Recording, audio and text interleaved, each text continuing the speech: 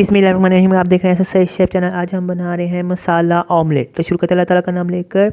सबसे पहले आपने 7 से 8 अदद अंडे ले लेने हैं, या आप जितने मर्जी लेना चाहते हैं, लेकिन मैं इसके मुताबिक क्वांटिटी बता रहा हूँ।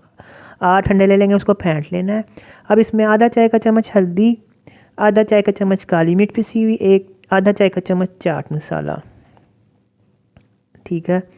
और एक चाय का चम्मच हमने क्रश चिली यानी कि दड़ा मिर्च, और आधा चाय का चम्मच लाल मिर्च पिसी हुई, और आधा हस्बे जायका नमक शामिल कर देना है, और इसको अच्छी तरह से मिक्स कर लेना है।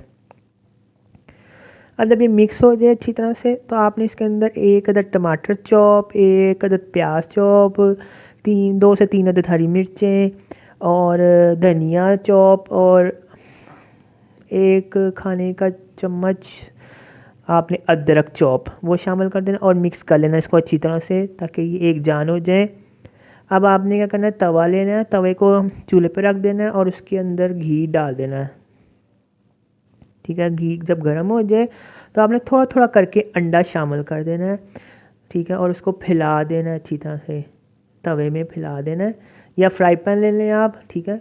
चम्मच से उसको फैला देना ताकि वो जो मोटा मोटा अंडा है ना वो फैल जाए और ये अच्छी तरह से पक जाए। जब एक साइड से गोल्डन हो जाए तो आपने इसको पलट देना है, और दूसरी साइड से भी गोल्डन कर लेना है, ठीक है। जब ये दोनों साइड से गोल्डन हो जाए तो फिर आपने इसको निकाल लेना है प्लेट में, और इसको हाफ़ कर देना है, और इसके 4 तकोनी पीस कर देने हैं, या आप हाफ़ हाफ़ भी रख सकते हैं, ठीक है।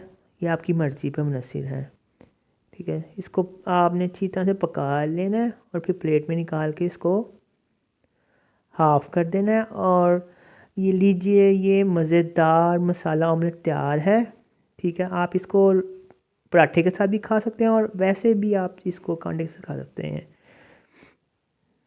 तो मुझे इजाज़त दीजिए, मेरे चैनल को सब्सक्राइब करिएगा, लाइक करिएगा और फॉलो कर दीजिएगा। अल्लाह हाफिज़।